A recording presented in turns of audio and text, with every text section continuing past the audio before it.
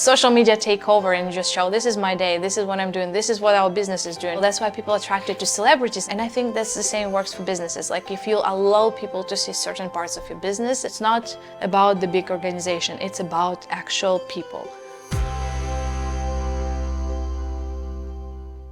Kate, how you doing? I'm good. Thank you for inviting me. I'm so excited. Oh, for sure. So, like I said before, we were trying to not ask each other questions and all that stuff while we were getting set up, because that's always like my big problem is I'll just talk and talk and talk without turning the cameras on yet. So first things first, with the people that are watching this that don't know who you are, what's your name and what do you do? I'm Kate Kerr. I'm a social media manager. I work for Pitt County Schools, managing social media, website as well, and basically just doing all the PR things to highlight Pitt County Schools in the best way possible. I also worked across different industries doing the same thing, working in PR. And I also a creator of People of Greenville project, which I love. This is my hobby. This is not paid in any way.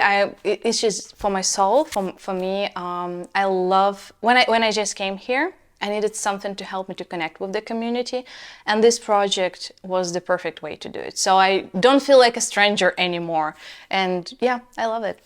And clearly, based on your accent, you're from Southern North Carolina, right? You're from Eastern North Carolina. I moved here 13 years ago from Ukraine. Great. My husband got a job here and we moved together, and I didn't know English at all, so I'm still learning. It's still a long process, but yeah, it's been a journey and I love it here. I love that I started to grow over the time and Greenville started to develop and grow, and it's like we both are growing and it's amazing. It's very exciting because now I'm at that point that I don't want to move anywhere. I'm happy where I am now. Now, was your husband in the same boat? Like, didn't know any English when you guys came over here? He knew some English because he, at university, when he was working towards his bachelor's degree in Ukraine, he started to learn English, and then he discovered this exchange program, student exchange program. That's how he moved here. Now, how was the whole like culture shock? I guess like having to learn a new language. I mean, obviously, like you had to integrate a little bit. How was the culture shock when you first moved here 13 years ago? It was very different.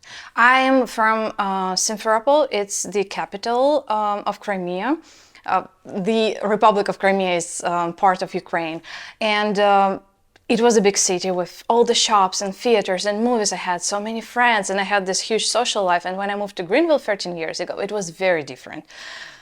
We didn't have too many places to go here. It was just university and a couple of places that didn't match my taste because I still miss that European infrastructure where you can walk everywhere. You don't have to take bus. I didn't drive a car when I just moved here. I was so scared to drive. I never tried it.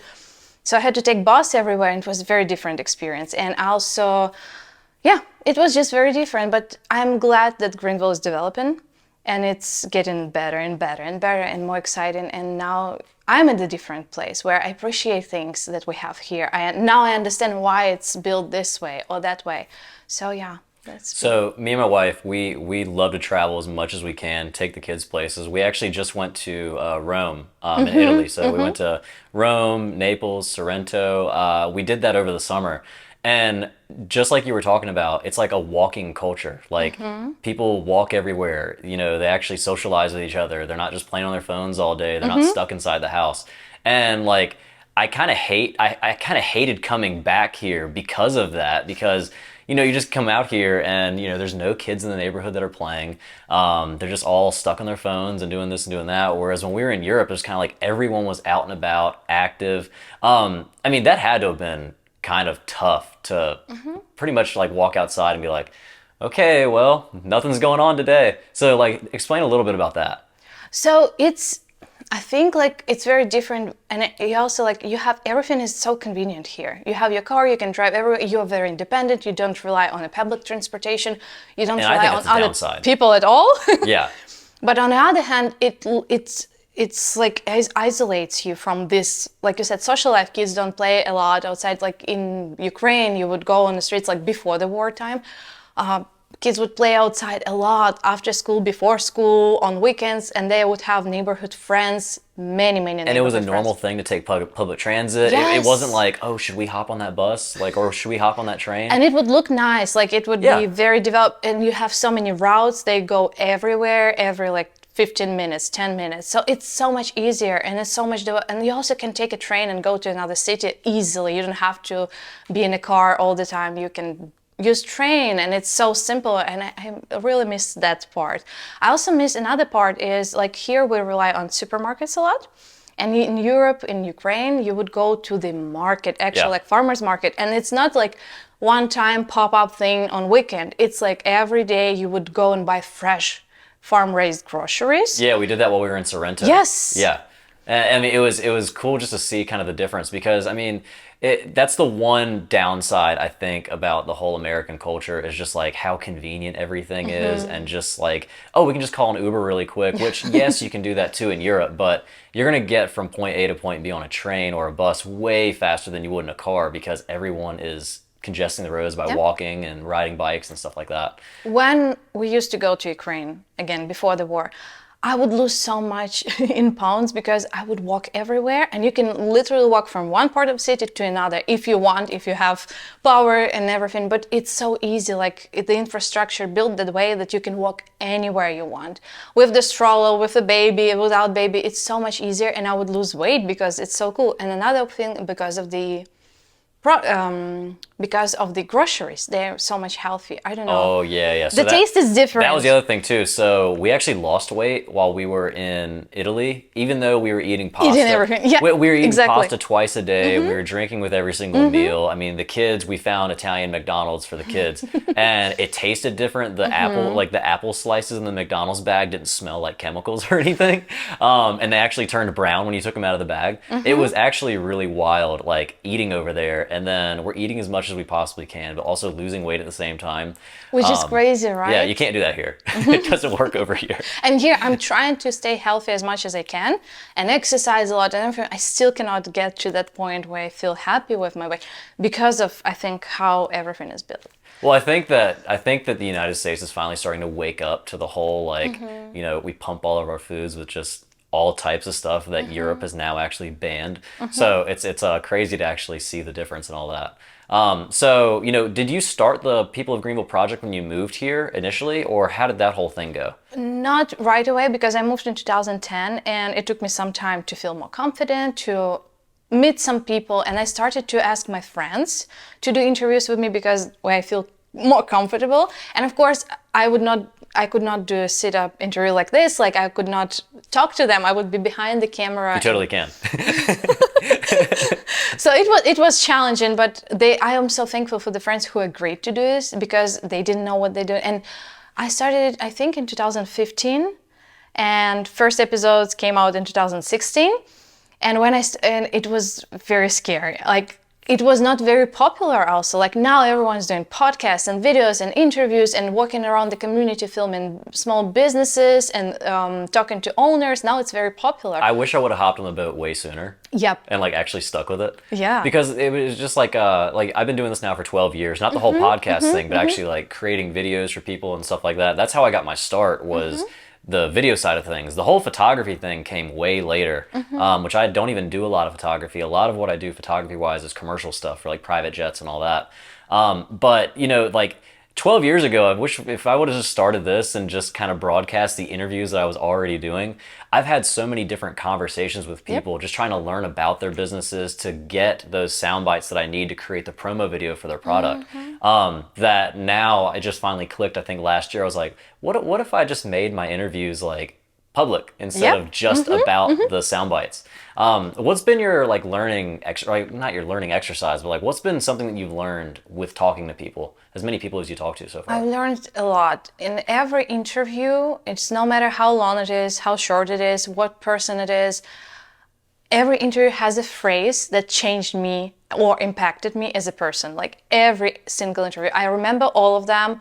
I think about all of them sometimes, and like I said, there are a few quotes that would stuck with me and I would think about it and it would change me, affect me. And I love this so much because I really learned a lot from people. And it's amazing because I film interviews not only with business owners or CEOs, it's very different people, artists and teachers and different types of people, and all of them have this life wisdom that I can learn from, which is amazing. I can take something from it. It's not just about posting or filming a video, it's about my personal development as well. Yeah, and we were kind of talking about that earlier before the camera started to roll, about the reason why I started doing this is because like I want to develop my speaking skills, my conversational skills more. Because I mean, my wife will tell people all day long, like I will talk to a wall if I have to. But it's kind of like I want to be able to drag that conversation out and actually learn more about the person than just kind of like what's going on in the moment. So what are some like skills that you've taken away, I guess, that you've developed from just talking to people? Because you don't really show yourself too much on camera, right? No. Because I think there are two reasons why I don't do this. One is I'm not feeling comfortable enough. Another is I need an assistant to do this, because I'm amazed with your work when you can set it up all by yourself I and appreciate it. you got it and it looks amazing. I cannot do this. I'm still learning how to do this, and I tried a few times, like this last season of People of Greenville. I tried for a few videos and I couldn't post them because it's either I don't like how I look in them, or what do I say, because I need to focus on everything. If everything is still running, if I'm still in focus, and I really need to work on those skills. But another thing is I really need help, and I'm not a techie person. And when I have someone to help me with this, it's amazing. And I can focus on a person. The most enjoyable part is the actual interview and actually talking to a person and giving them follow-up questions and really being tuned in the conversation. And I cannot do that because of all the technical things I need to think about. So I feel like I'm losing that connection, and it's not interesting to watch when I'm losing that connection. Another thing, the tech part is also not the best when I'm trying to focus on the interview. So I cannot combine those two things. If I would have a person who helped me with the technical aspect of it so I can focus on the interview, that would work. I had a person who helped me few years ago, Danny. He was amazing. Like, he would help me to set everything up, he would edit the video so I can just focus on the interview. And then I think at that time a couple of interviews there I was in front of the camera, and it was amazing. I loved it so much, I enjoyed it. But now when I'm alone I cannot do it. But it's interesting experience. Yeah, the whole like 3-camera setup and all that, like the multiple cameras, it would be so much easier like if I had just a studio, like a podcast studio, to where the cameras are set and all that. I think at some point we're gonna make that switch and make that thing happen. But it's kind of like a floating studio. So like, I mean, right now I got 4 lights and then 3 cameras, and then no one can see this little thing that I have right here that shows me you, so I know the camera behind me is still rolling. But yeah, I guess like once you take into account all of that, especially if you don't do it all the time, I could see where it would get like a little like frustrating. And it's not my favorite part. That's like, to be honest, my favorite part is actually talking to people and creating a story, not worrying about all these technical aspects. So I'm not a professional photographer or videographer, and I'm not really interested in this pathway. Most important, what I love, it's working with people, doing interviews, learning about them, sharing the story, and working on public relations aspect of that. But nowadays it all goes hand in hand. Like, if you want to have a good social media, you need to learn how to use at least on a basic level. Content. You need content to create, and you cannot always hire someone because it's so expensive, or it's sometimes time consuming, right? So that's why I learned to do the basic things, to film videos, to create short video stories, or to edit them, or to take some photos. But I'm not on that professional pathway. My niche is very different. Now, your background is social media, correct? So how does the whole social media thing like play a role in what you do with People of Greenville? We just kind of talked about like content. You need content, and it also feels like social media is always changing. Like Facebook does one thing, LinkedIn does another thing, TikTok does this, Instagram aligns with Facebook, but it's completely different. How do you navigate that world and actually make it work? I'm trying as much as I can to learn a lot. I watch some videos, I listen to podcasts from experts in the field, because it's so time consuming also to learn. It's another whole part. It's like another full-time job to learn about all of that. Sometimes I feel old because I see like all the younger people, they know everything. They know all the tools, they know all the trends and everything. I'm like, oh, I'm missing out on the things. But when I do my full-time job, it's also time consuming, and I don't have all that time to learn. And I wish I could have more time. But I'm trying to keep up as much as I can. and I'm trying to be good at some things. I'm trying to focus on a few social media platforms. I completely understand I cannot be good at everything. Right. And I cannot manage all the platforms that are available there. So I'm focused on Facebook for parents and grandparents and teachers. I focus on Instagram for students, a little bit of Twitter, a little bit of LinkedIn to set up in organization in a professional community and all of that. And a little bit of YouTube for short videos because I post them anyway for Reels, so I can reuse them for YouTube Shorts, and that's all. But no TikToks. Yeah.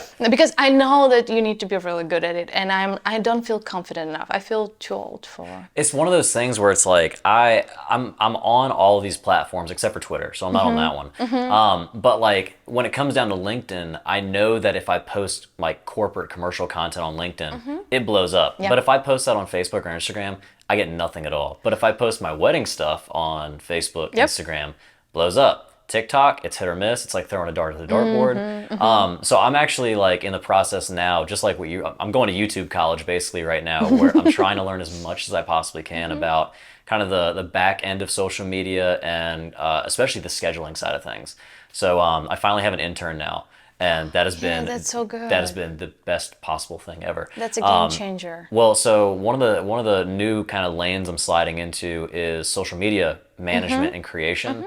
Because I thought about it, I was like, for all these years, I had these long-standing clients that I've just been creating content for.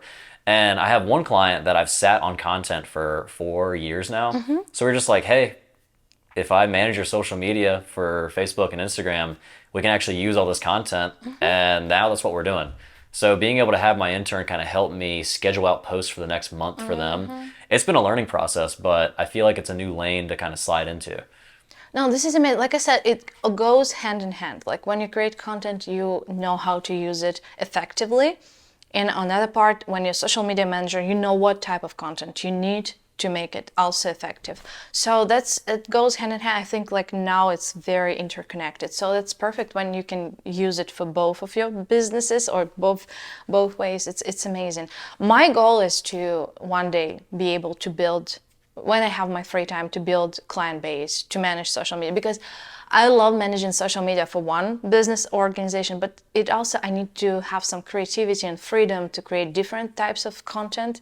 And I would love to have like some clients on the side, build this business slowly and have social media management business. The time management side of things is crazy. I mean, especially when you have a full-time job like I yourself. have a full-time job, I have 2 kids, I'm taking classes here and there, so it's a lot. But now my dad moved here, so I'm lucky I have this opportunity to use my time wisely, and I have more time now, so I'm like, oh, what if I'll move in this direction and start it slowly when I have free time on weekends or something like this. But you can schedule content in advance for months and months, and this is something that I love to do and something that now is easier for me, because when I just started I struggled a lot. I would to figure out to navigate for all the process, but now I feel confident. I'm like, oh, I can do this, I can schedule it, I got it. The only thing is to find clients. Yeah, I'm slowly getting faster with the whole scheduling side of things. And I mean, it's one of those things where I'm scheduled out now until like after we get back from our vacation for that one client.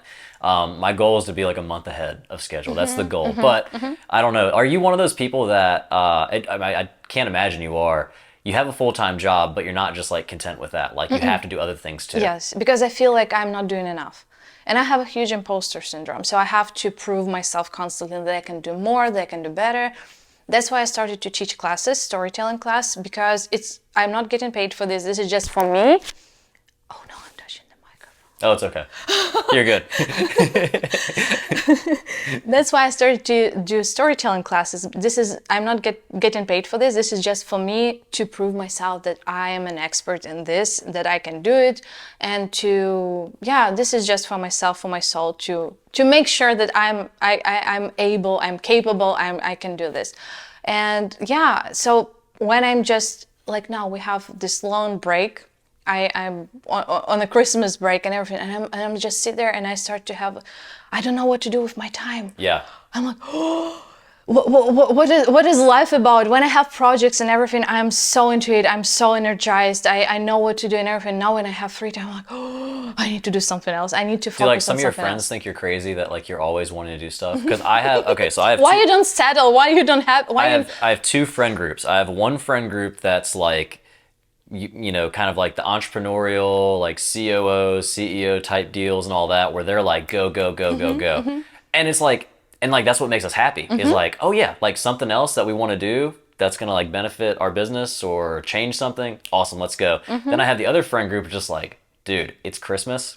Like, let's just sit back and have a beer. Let's just have some fun. Yep. I'm like, there's time for that too. But like, if I can do both, like when we go on this vacation, so we're, like I said, we're going on that cruise. I mean, I take my work with me. I mean, we're in a remote air, like we're able to work remote. You know what I mean? So it's not like I'm talking directly with clients and all that, and like making my whole day about work. But like, I'm gonna have some free time where I'm gonna have a margarita in one hand and I'm gonna be doing some editing on the other. So, like, tell me about that a little bit. So, like, do you kind of have the same friend dynamic? I have the same, and I have this same division inside my personality, because sometimes, some days I want to completely unwind, don't think about anything. And I think this is also important, because then you have this big picture and you start to plan something else, and you have this creativity flow and everything. So some days you just need to unplug from everything. Right. But some days I need this grind, I need to work on projects, and I know what is scheduled, I love my week to be booked with different projects and different interviews and all of that. This is amazing. This is what keeps me going. And some I people just feel think it's like this. unhealthy, but it's like, no, it's like, this is what makes me happy. Like, we're good But to go. another problem is, like, when you said about this cruise, I'm like, how is your wife? What is your wife thinking about this? Because I Yeah. have another problem. My husband, when he's at home, he's like, I want your attention. I want to talk to you. Yeah. I don't want you to edit videos and then talk to me through your laptop and everything. So that's another part of this. So I need to respect this. And I totally get it. Like, Yeah, yeah. I would be annoyed when a person would be in a phone all Yeah. the time, texting, or not texting, but editing things and posting and creating content. It's like, so I need to find that balance when I'm happy, but my family also happy. There's definitely a balance for sure. So like, for example, my wife, you know, I've been doing this now for 12 years, like I said. So and we've been together the whole time. So we've kind of figured out a balance that works for us. So like, for example, she works outside the home. So this is kind of like my time to do my stuff. And then obviously like she understands like my deadlines, and she understands that like, oh, if I have clients that are in every possible demographic. So if I have this client that's like, oh, hey, like we need to do this now, there's a time and a place for it. But if it's something to where it's like, hey, we're not doing anything, we're just sitting down, like watching TV, sure, I'll go in that meeting really quick. So you'll be very productive. Yeah, yeah. So like it's one of those things where I make myself available, but like for example, on this cruise, it's conflicting right now with a potential shoot that I have, but the cruise, I mean, that vacation comes first with the family. I'll get some editing done, but I'm not going to cancel my vacation to go on this shoot that, I mean, unfortunately happened to conflict with each other. So it's one of those things. And same thing with when we did our trip to Europe. I did some editing while I was there, but I mean, the whole time is really just about like, you know, when is that downtime available for me to get some work done? Because I mean, I can go all day. We're good to go. So now, are you figuring out that work-life balance a little bit? Yeah, I do, and I'm now learning to. My families always would go first, so that's why I'm working from home as well, because I reached that point and I realized everything else, my projects, everything. Yes, it's good for me. It keeps me going. It keeps me energized and motivated. It gives me purpose, but when I started to think like about the future and we'll getting older and all of that sad stuff, I think like I would not take it with me. I would not care about that content a few years later. So family goes first. And that's why I asked specifically if I can work from home so I can spend time with my little one. At the time, she was only a few months old. And I didn't want to use a daycare help. I wanted to be with her. So she would edit videos with me. She would sit in my lap, and she loves watching it because I'm working fast on like all of that cut and paste and all of that, and or writing articles or doing something. She loves to watch this. And there was a Adobe commercial that went out recently. I will send you the link. And it's so funny when guys, he's working from home and he is going to pick a juice from the fridge for his little one. And she's approximately the same age as my little one. And she started to type on his computer, and he is like, so the feature that locks content so no one can touch it without the password, something like this. Yeah. But the commercial was so relatable. I'm like, oh, finally there is a commercial about parents like me who works from home and who have little ones who loves to help you edit or do things on your computer. That was the one big thing for me. So we never did daycare either. It was one of those things where I work from home. I've always worked from home. I mean, unless I have a shoot outside. That was a cool part, like actually being able to raise both my boys, watch them grow up. So it was kind of like the switch dynamic for where, like, I mean, we have friends that have like stay-at-home wives and stuff like that, and I can relate to the stay-at-home wives because I'm like, I'm the one cleaning, picking up at the house, but also running a business as well. So it's always funny, like when I'm talking to like the dads, they're just like, oh, what did you do today? Oh, I was just with the kids all day long working. Well, how'd you get stuff done? Because that was the other thing too. That's the other question I get all the time. I'm so disciplined. Yeah. Right now my kids are upstairs with the dogs. So and it's especially quiet. Yeah, I mean, it might be a bad thing, but we'll find out. We'll find out afterwards. But no, like that's the thing too, is like, especially during the pandemic, there was like that whole like luxury of like, oh, we get to work from home, we get to be remote now. I can't tell you how many friends I had talking about, I don't know how you stay at home and work. I know. Like, I can't do it. I get it all the time. And I just think I have this great sense of discipline. I also took many online classes when I was in university because it helped me a lot. I have two kids. So when the first one was little, I would take classes online to work towards my bachelor's degree. And it helped me a lot. It transitioned my life, but I wanted to get all the A's, to be good at it, on top of it. So I had to create this schedule to be very disciplined, to turn it everything on time, in a good quality. So that's taught me a lot. And now it's not a problem at all. I think like even when I work in office, sometimes I go to some meetings or something, I feel more distracted than at home. Because at home I have my system. I have everything scheduled. I have everything specifically set up to be as much productive as possible. And in office, it's very difficult. I'm like, I don't know what to do. See, I'm the opposite there. So I am a professional procrastinator. So typically on a normal day, I get as much as I possibly can done before 12 o'clock, 1 o'clock in the afternoon. Because as soon as 1 o'clock gets here, like, I don't know, my brain turns off. It's not like I'm like foggy or anything like that. It's just like I get so distracted with like anything. If I hear SpongeBob on in the background, I'm just like, all right, let's turn that off. You guys go upstairs. So it's just that whole work-life balance that we were talking about earlier. Now, you kind of coming from that European background, what's the whole work-life balance with that? Because this big stereotype with the European culture is like, relax, like take some time to yourself. And that was the one thing when we were in Italy, was like when lunch hour came about, there was nothing open. Like you couldn't have lunch during lunch hour because nothing's open. Yep. They're taking their break. I love this, honestly. I just recently learned about lagom concept from Sweden. What's that? It's when you create that balance for yourself, when you're really happy at that moment and you don't stress out about things. And if it's time, like in Sweden, it's not appreciated when you stay at work later than you're supposed to be. So if it's time at 4 o'clock to clock out, it's time to clock out. And then you unwind and then you relax and don't think about work at all. So it's like even shameful when you work overtime or when you try to be stressed out about things. So I really love that. I wish I could have more of this thing because I would feel happier, I think. But when everyone around you are business oriented, they work hard and you're like, oh, I'm not doing enough. So you start to be like this. Start to overwhelm yourself a little bit. Yeah, and so it's great to be surrounded with amazing, empowering people. But on the other hand, it's like you cannot relax because you feel like you're not doing enough to reach to that level or to be with them or like everything else. So it's very different. But Ukraine it's slightly different from Europe because people in Ukraine, I think, more like here, like they work a lot. Yeah. And they really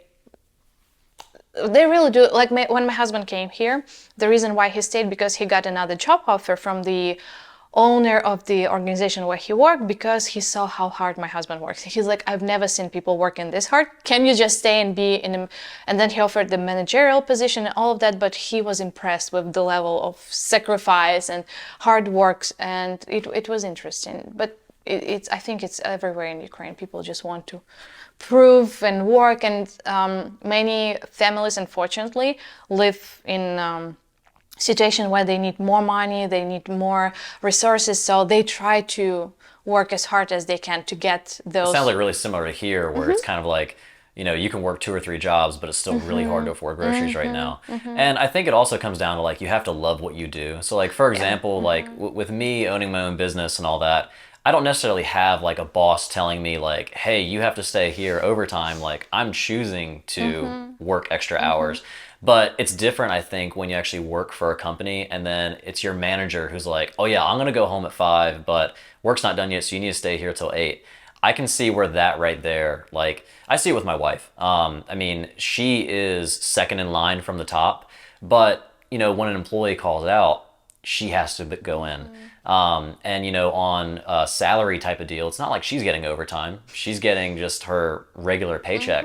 So it's the whole workforce thing that we have going on here, I think needs to change. But it's kind of like it's been done this way for so long that, when is it going to change? Yeah, it's very difficult to change it. I also faced one more aspect of this when I had a baby. And my maternity leave, the maximum was like 12 weeks. And I was like, what? But they're still tiny. What? Like, how? I couldn't imagine taking my baby and giving it to someone else. I mean, I know some people don't have a choice, or some people, they love what they do and they want to go back to work, and I respect that as well. But for me, it was not just the right fit, and I couldn't imagine this.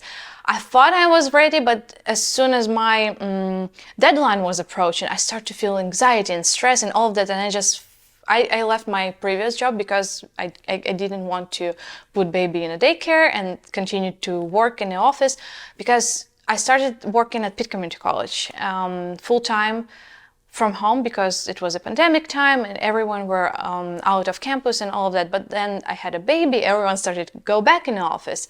And I completely understand, like, we needed this time in the office to adjust, to set up, but it was just not the right timing for me. So I left the job because I made this choice. And it felt like the end of the world, like I am a failure because I cannot keep a job, because I have to. But on the other hand, I'm like, I feel like this is the right choice. I feel like my baby needs me. This is my purpose now, and I will figure out something. And just in a couple of months, I found a remote job, part-time, which was perfect. And then I got an offer from Pitt County School. So it all worked out, but I think it just... I needed to be honest with myself of what I want, what is the best for my family. That's how I made the choice. But it's so difficult for moms. Like 12 weeks, it's nothing. It flies. Yeah, because it sounds like a long And it's not time. even paid. Yeah, it's not even paid. Like you're taking 12 weeks off, you need to save before or be without that extra income. In my case, my husband would be the provider at that time. And it was also like we could feel that we don't have that extra income. And it was interesting. That was the one thing I think about the pandemic that was good, was that it created a lot of like self-employed people. It basically forced people to get creative and be like, how can I make money without doing my regular 9 to 5? Because I mean, you just look at just anyone that just works for themselves. Yes, they're working, 90, 80, 60 hours a week. But it's the freedom aspect of like, oh, yeah, we're going to go on vacation for New Year's, and I don't have to ask anyone's permission at all. We're just going to go. I'm going to let everyone know, like, hey, I'm going to be unreachable for the next 6 days. So the freedom aspect is like a big thing when it comes to that. You were talking about, you also do some teaching as well? So how's that whole thing been? So what exactly are you teaching? This is only one class. So storytelling, right? Yes, digital storytelling, because I've learned a few things from my interviews. I made more than 100 interviews, so I had this experience. And I teach like a little bit of editing, a little bit of actual storytelling, why it's important, why it's great for businesses or for individuals, because what we build now on social media is very important for, basically, even if you're not a business owner, it's still important what you put out there. So, and I believe in storytelling. I think like you cannot even directly sell something or put a call to action, but you can share your story and people will find the way how to buy from you or how to order your services or everything. Like they will find the way just because they loved your story or they felt connected. So I thought, I want to prove myself that I'm an expert in this, and this was a very important step for me out of my comfort zone. And I created a post on Facebook, like maybe you want to learn from me. And my great friend Lisa Webb from Pitt Community College, she said, "Why you want? Let's set up the class for Pitt Community College for continuing education." And she was amazing. She was very helpful with this, and that's how I started to do this. It's just a one-time pop-up class, in one time in semester, one evening, couple of hours. But first class I was very nervous. I was shaking all the time. You had a pretty decent sized class. Yeah. Yeah. Because I saw the picture. I was also very scared that no one will show up. Oh, like, yeah. You know, this fear, like you post and I'm like, Lisa, how many people? And she didn't have the final list until the very beginning of the class. And I'm like, I've done a workshop before, and I think I've done like one or two of them. And it's, the planning side of it is the biggest pain in the ass part. But the other side, just what you're talking about, like, how do you know people are going to show up? Like, because here's the thing that happens all the time is you go and post something like, hey, I'm looking for, a model for this shoot, blah, blah, blah. Everyone and their mother will comment on it. But then once you actually need it, no one wants to do it. No one, yeah. I know this. Yeah, so I was scared of that. And then people showed up and I was even more scared because like, now they're all watching and waiting for me to say something smart and wise and all of that. Luckily I had my presentation and practiced, everything was like automatic but still I was so nervous. But now, I also was invited to teach this same class at School of Communication at ECU, where I graduated from, which felt so good because I know how to speak to students. I was a student just a couple of years ago. I know the teachers, instructors, professors, like all of that community, it's so close to me. So I know that, and finally this year, I taught one of the classes at School of Communication and I caught myself that I'm actually enjoying it now. So I'm finally feel confident enough to start enjoying this. But you still don't want to be in front of the camera. No. This is the scariest part. So it also helps me because I can relate to people who I'm filming. I know how nervous they are, most of them. Some people, they're just natural in this, but most of them are nervous and you would talk to them while you set up and then you hit the record button and the red light comes on and they become a different person. They feel like...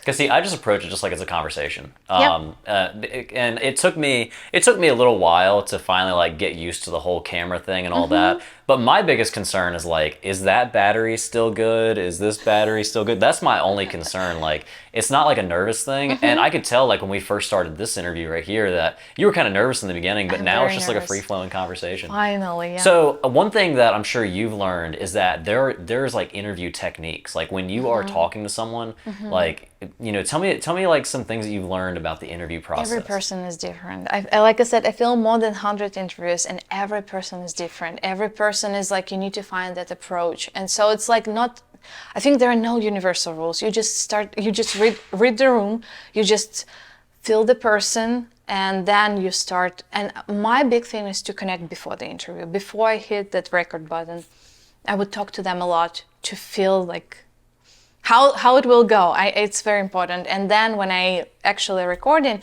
I would also help, and now I feel more confident and I know how it will look like at the end when I edit it. So I feel more confident to stop them and maybe refilm something and maybe help them when they cannot say the things as clear as it's supposed to be in a video. I mean, I'm not trying to edit it too much or to make it artificial, or too polished, too official, right? But still, I know that at the end how it will look like because I'm editing it in my mind while they're speaking. That's extremely important. I'm like, I know where I'm going with this story already. So before, like when I just started, I would not stop a person. Even if they would mess up and I know I'm going to be in trouble when I'm editing them, I would be so shy. I would be like, okay. Yeah. Now, do you do the editing side of things too? Yeah, I do everything. So that's the least part. That's the least favorite part of mine. I actually enjoy it. I enjoy it. I'm good at it. I just don't like it. That's my problem.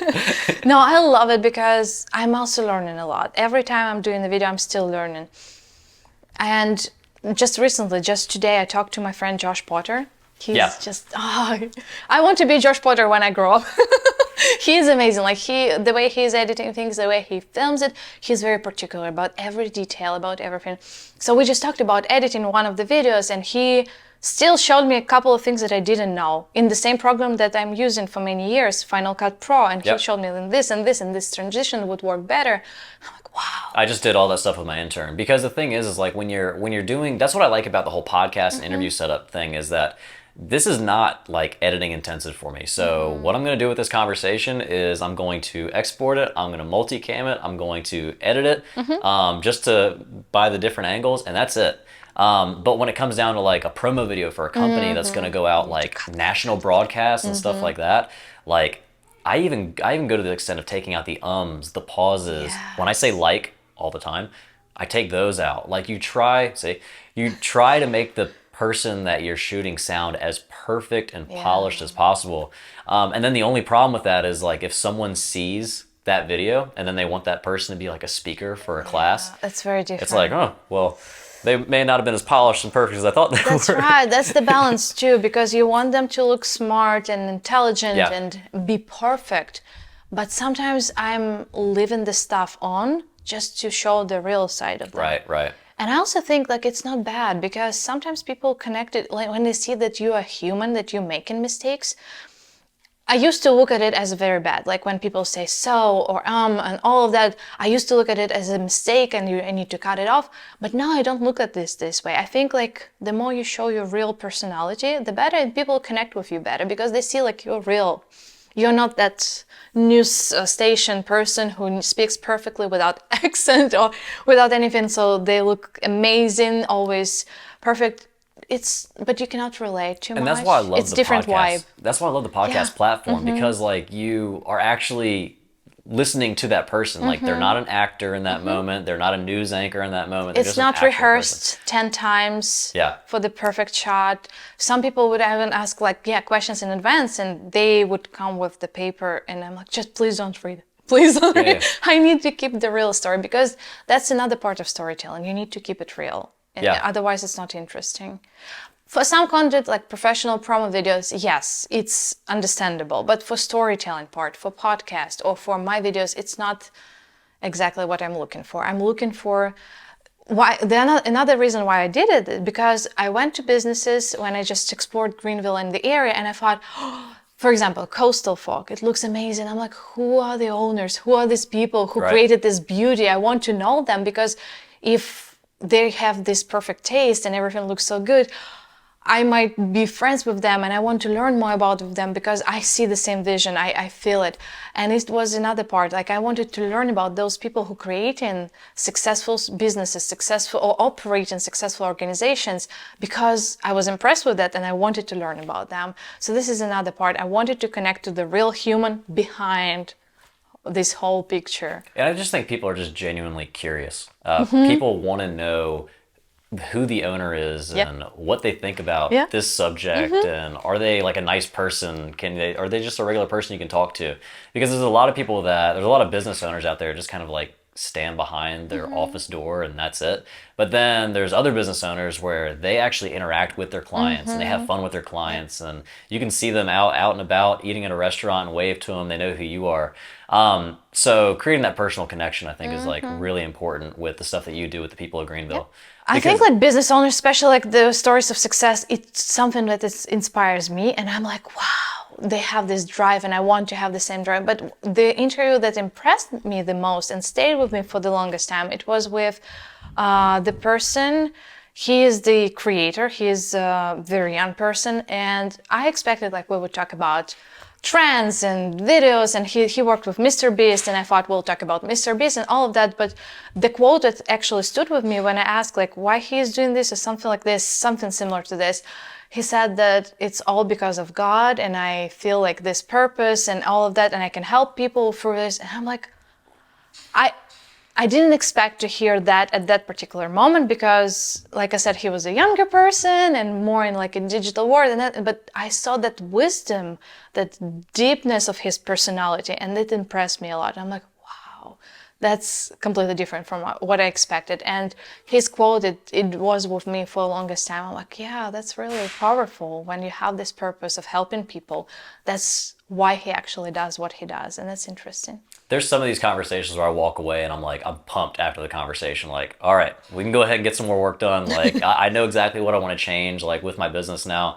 I had one conversation where the interviewee, I mean, I asked him about burnout, and he was just like, you have to schedule time to do nothing. And like when someone calls you up, it's like, oh, yeah, I'm doing nothing because I scheduled nothing for the day.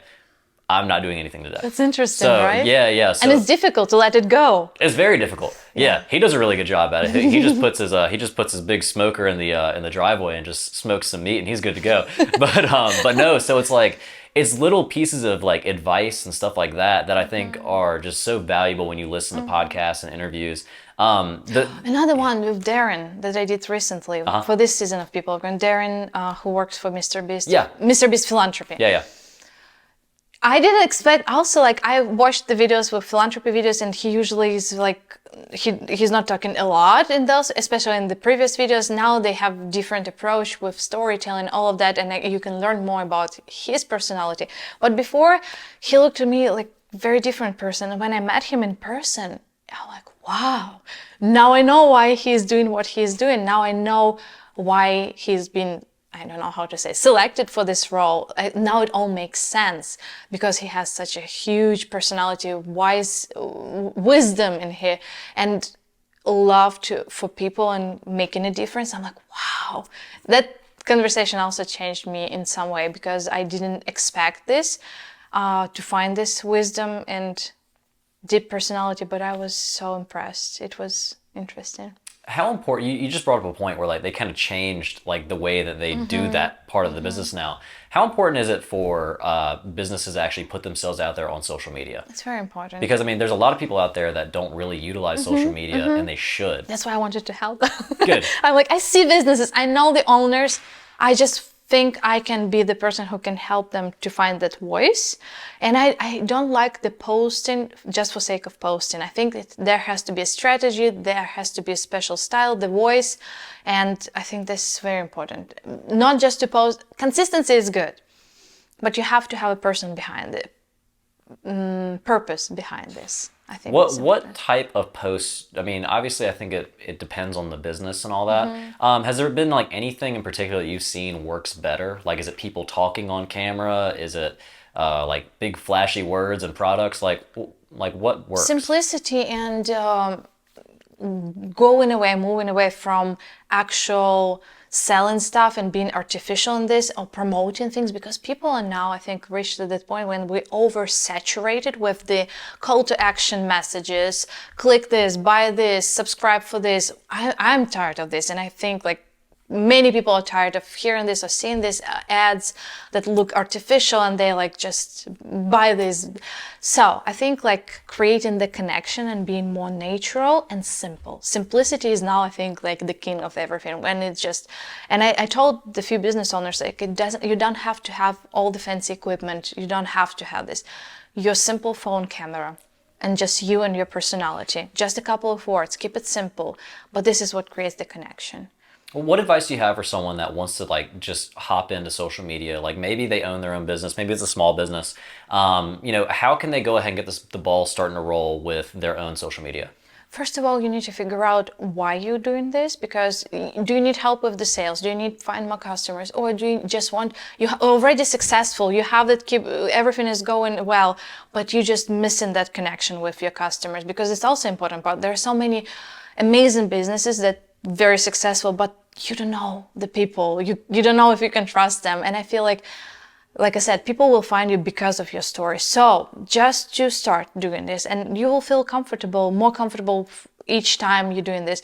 Short videos are amazing, reels are amazing, stories are amazing. When you just, during the day, you're just doing like social media takeover and you just show, this is my day, this is what I'm doing, this is what our business is doing, this is the process that we're working on. Something like this, like inside stories, that what people are attracted to, like, because you can like take a peek at something that is usually behind the scenes. Like behind the scenes type stuff. Yeah, the secret stuff. And now you have it available. That's why people are attracted to celebrities in their lives, because they feel like now I know what they eat and now I know what they're wearing. Because years before it was like there was a space between us and them and we didn't know about their lifestyle. But now with social media, that space is just being removed. Like you now see everything. And I think that's the same works for businesses. Like if you allow people to see certain parts of your business or meet some new people from your organization, that's amazing. That's what I'm doing for Pitt County Schools, because I'm trying to put that face on organization to show that there are people behind this. It's not just Pitt County Schools. It's not just the name. There are people, teachers who are passionate about this. There are amazing students, amazing parents. There is a whole community. It's not about the big organization. It's about actual people. So yeah, that's what I'm doing. I'm sharing the stories and faces behind this to create that connection, to remove that gap in between the name Pitt County Schools and people who watching this content or following the pages, that we are the same people. We're all interconnected. That was a beautiful answer. And it's one of those things too where like I noticed it in my own personal business, because like I spend so much time working on other brands' material, photos, videos, and editing and all that, where I don't really get to focus too much of my own business and my own social media. So, and I've noticed too is that whenever I post like behind the scenes content, that stuff gets so much more views than like the finished polished product. So I think one of the directions I want to go in now is more like whenever I post something on my own social media, just behind the scenes stuff. Like, of course, you know, I'll share like the corporate video or the finished wedding film, but kind of like how did that process come about? So I think that's like a new move that I want to make. What advice do you have for people, and I'm in this boat right here, where they are good at a lot of different things, but they can't focus on what they want their social media to like be about. Like for example, I'll give you an example. So like with me, I've been in the wedding industry for 12 years, but in those 12 years, I've also been on the corporate side of things. So I can go through a Facebook wedding videography page and I can answer any question out of that. But I can also answer any question out of like the corporate videography type of thing. So it's kind of like, do I just do both? Or do I pick one and stick with it? I guess, what's your advice? I would not focus on one aspect, because if you have all these aspects in your personality and what you do, use all of them. Take advantage of this. This is not a flaw. This is your advantage. Like, this is amazing that you are talented in many things. Because for many years I was thinking that this is a flaw. Like, I cannot focus on one thing. I'm like everywhere and with everything. I feel like it's held me back, because it's like, which niche do I want to go into? But I guess. But this why also I think the helpful thing is that's why you have all these social media pages. And for example, LinkedIn, focus on LinkedIn. You can open more that part of your personality, working more towards corporate style and all of that. And Facebook, focus more on wedding things. If that goes well there, just keep going like this. So you're still covering all the parts of your personality, right? You're still showing yourself, putting yourself out there, but just the social media platform helps you by itself, because it has the specific types of people on specific social media platforms. So I would just focus on, and Instagram is good for the short, interesting. That's the goal, is like, content. you know, me and my intern, we made a bunch of these little videos that we still haven't put out yet, but like, my thing is I'm really good at talking and answering questions if I have a question that needs to be answered. I can't just like come up with it. So like we went through like just some random groups, we found some questions and I just read it straight from my phone. So-and-so asked blah, blah, blah, and I answered that question right then and there. We just haven't put any out yet, because I'm just You should like, do it. Yeah, I just want to say, like, in between the nice edited videos, put yourself out there and just talk to people without all this fancy setup, just you and the camera. We'll see what to happens. show more of your personality. Right. Because it's interesting to learn about you, why you're doing what you do, how you do it, right? Because you know so many things that people can contribute from if you're willing to share this, right? Because you're an expert in your field, and people, once they learn this, they will be more attracted to, I don't know, purchasing your services, right? Because they see that you're an expert in this and you can talk to them. And you also would go to the person who you feel like they know you and they're familiar with you, instead of finding another photographer or videographer. You're already there and they feel like they know you because you're putting yourself out there. Right. And you brought up a really good point that people want to know, like, the person behind the camera and all that. I asked you about the whole People of Greenville thing. How did you get into the social media side of things? I don't know, it just happened natural because I was always passionate about journalism and storytelling and writing. In Ukraine, I was in university working towards my journalism degree. So you But didn't when like start out as like a TikToker, and no, no, no. that was It's completely before. different. Yeah, I think just I can write articles and I'm good at writing. My writing is much better than my talking skills of my video skills. So I think I'm just drawn towards journalism and public relations, and I see the big picture. I see the strategy. I see what is appropriate, what is not, where, like, how it's supposed to look like. I have this vision in my mind. So when I was here, I figure out that I cannot be a journalist probably, but I can still find my niche and find this balance where I can use all of my talents and be happy with what I do. So that's how Ripple of Green will happen. That's how social media aspect of it happened, because social media is like visual, beautiful stuff where I can put my vision in. But also it's about writing, because you need to write those cute, short, appealing messages. And I love this. I love to write short posts about people, sharing the stories. So I think it should all just happen naturally. But I'm not like I said, TikTok is not my thing. I'm not even going there because I feel like I'm too old for that. You're never too old for TikTok. That should just be someone's shirt. But no, so it's one of those things where I think you dodged a bullet though, like not going into like the standard like news journalism route or anything like that, because I just feel like all of that just comes off as just so fake, and it's like, hey, we have to get this story and we have to like have a good hook with it. Which I mean, sure, I guess There's for like broadcast. certain specific rules Yeah. with this, and I'm not a very good rule follower, I guess. I think I need to create the opportunity for myself. And I think this is why That's why I don't work for anyone, because I'm really bad at following the rules. So. but it still works, right? Like you I still make it guess. happen.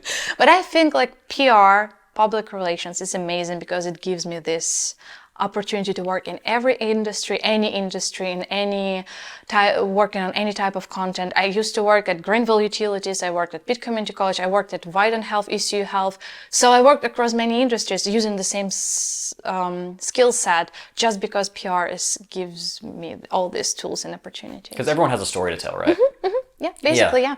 I guess aside from that, anything else we can expect from people of Greenville? Do you have anything? Because you just ramped back up with it, right? Yeah, like I started it a long time ago, then I ran, like I was working on it back to back, all the seasons, all the videos. I was like very passionate about it. But then I had a baby and everything just stopped. Then I had a full-time job. I was about to say I was in the same boat, but I didn't have a baby.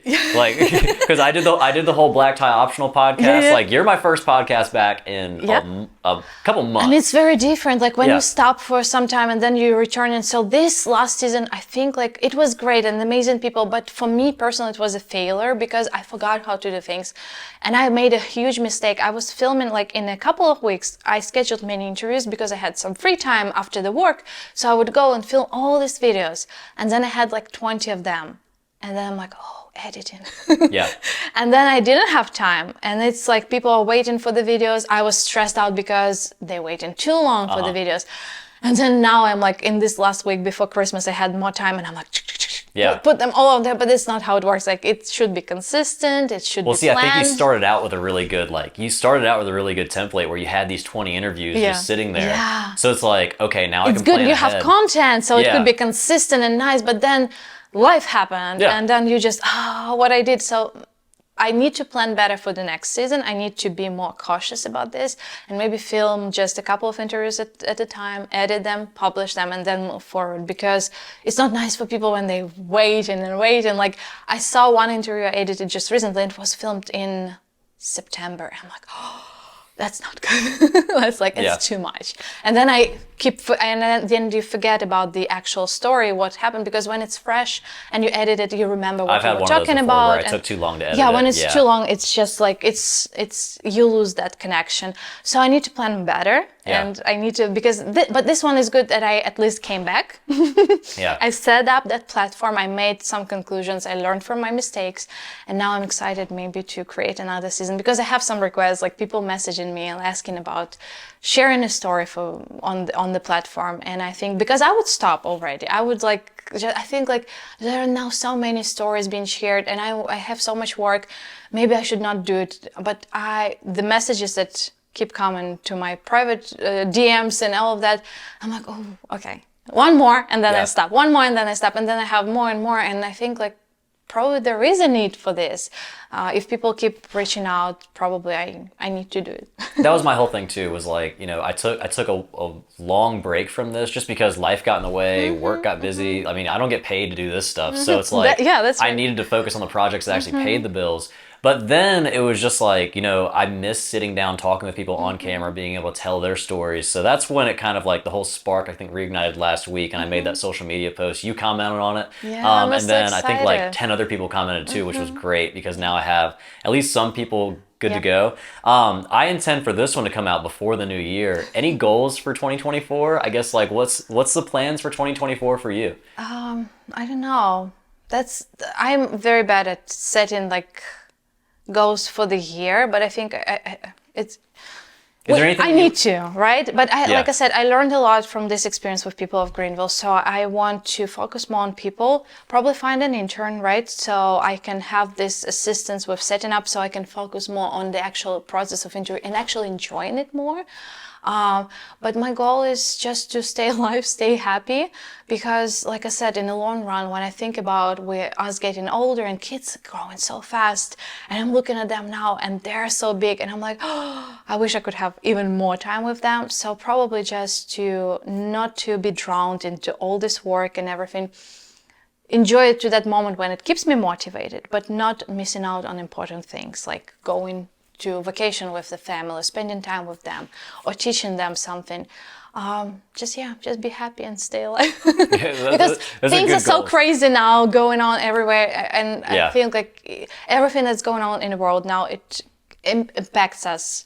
Even if I'm not watching news, I'm not on social media a lot, reading the Yeah. news or something, but it still impacts us. It's Well, I think still that's where like somewhere. the stories like this is like the little like beacon of light. That's right. Because it's not like We're keeping it in balance. it's not gloom and doom right now. Like we're not talking about anything horrible. It's just like, we're just talking about what you do. And I think it's well overdue that people like get to hear stories like this. And thankfully I think podcasts are blowing up crazy right now. So I the just want stories to are say there. one more thing. Go for It's it. about the community, creative community we have here, because I love that we don't see each other as competitors, even though we're doing similar things. We all have our own niche, we all have our own skill set. And I love that, for example, you invited me to your podcast, right? Or Josh helped me with the video or something like this. I love this because that's, I think, what makes Greenville special and our community special, that we don't compete, we help each other, we empower each other, we inspire each other. But when I see your videos are so good, I'm like, oh, he's doing this, he's amazing. And I'm learning from you. And it's like, and it goes back and forth. And I love this about our community. So this is another thing. I really appreciate that you invited me. Oh, I Thank you for this appreciate you opportunity. wanting And to I'm do it. learning a lot from you. So thank you for this opportunity to learn from you. And to have this sense of empowerment, because it's important to support each other, especially now. Well, it's my pleasure. I really appreciate it. Before we end this, I want to kind of comment on that note that you said about the whole competition thing. Is like I've noticed too, like especially in the wedding industry. When I first started, there was 3 of us in Greenville that did the whole cinematic wedding thing. And we all 3 knew each other, and it was never a competition because with me just being like a solo business owner by myself, there's only so much work that I can take on. So once I have a date booked, like, hey, I know 2 or 3 people now. Here, go over there. So, it's one of those things where you have to have a sense of community, and it can't just always be competition. Who's going to beat who, and, who's going to reach this goal first and all that. Those are all good to have. There's really good competition goals, but at the end of the day, you also have to work with each other, which is exactly what you were talking about. So I think like bringing that whole community together is definitely something that we should definitely do more often. And now I'm going to probably reach out to Josh Potter and see if he wants to be on the podcast. So, Josh, if you're watching, He is amazing. Oh, Josh, I can talk about him the whole day. Like I asked for the help with the video, with the one we're working together, and he not only helped me to do, he created the whole lesson for me on how he does the things. And I know it's time consuming. I know how busy he is. I'm like, wow, this is completely changing, because he's willing to help and he takes time to do that. And it changes. It also changed me, and in certain way. And Yeah. I'm like, wow, that's another level. well, people helping people. So Yeah. we'll end it there. Well, Kate, I appreciate it again. Where can people find you? Where can people find people of Greenville? Where can we do all that? Instagram, Facebook, and YouTube, main free channels where I post a lot, and I hope new season will be soon. I'm reaching out to some people, and people reach out to me, so that's in the planning. Greenville.nc on Instagram and Greenville.nc on Facebook. That's very simple. Or just put people of Greenville, you'll find me. Awesome. Pretty sure. Okay, Thank I you so appreciate much. it. Thanks.